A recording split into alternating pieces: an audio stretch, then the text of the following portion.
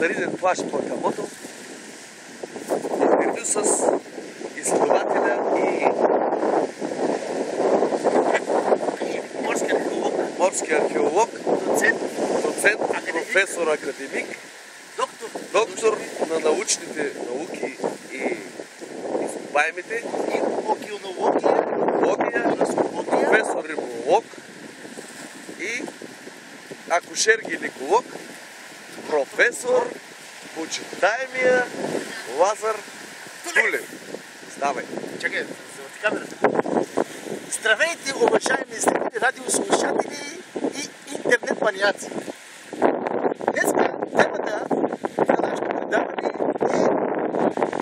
подводни археологически накопки от Акамото Бич. Виждате пред вас ръчна граната 1940 кг, произведена от СССР. Стойка за ръчна граната поставя се. Това е зарядното за ръчна граната. Чукате 3 пъти. 1, 2, 3. Оставате. Може и така. И бягате. След това ютия. Солинген. 1902 година.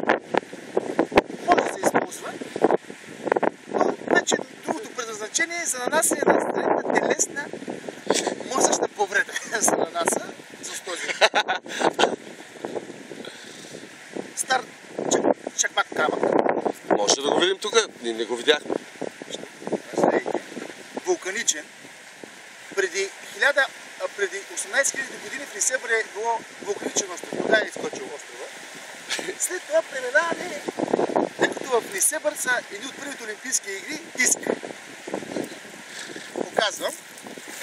С силка и изхвърляне. Преминаваме към Полуоска. Да. Вижте го, разделението добре. Това е полуоска от римска колесница. Шарнирен болт от римска колесница. След това някакви монетки, които много не...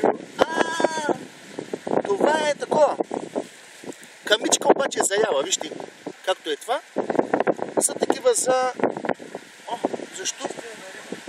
Да, чистене на рибка. Това е в общо взето.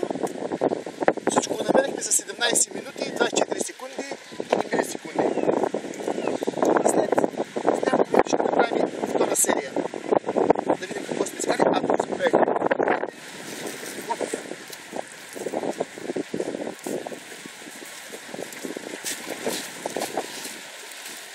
Хватно оръжие и самурайски меч. Това не е ли от Олимпийските игри пак хвърляне на копия? Да, хвърляне от копието. Тогава не са хвърляли, защото са нямали дър. Използвали са метални копия. Да.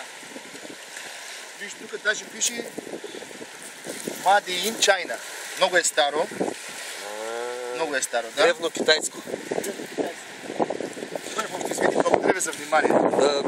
Благодарим и за чудесното интервю, професор, доцент.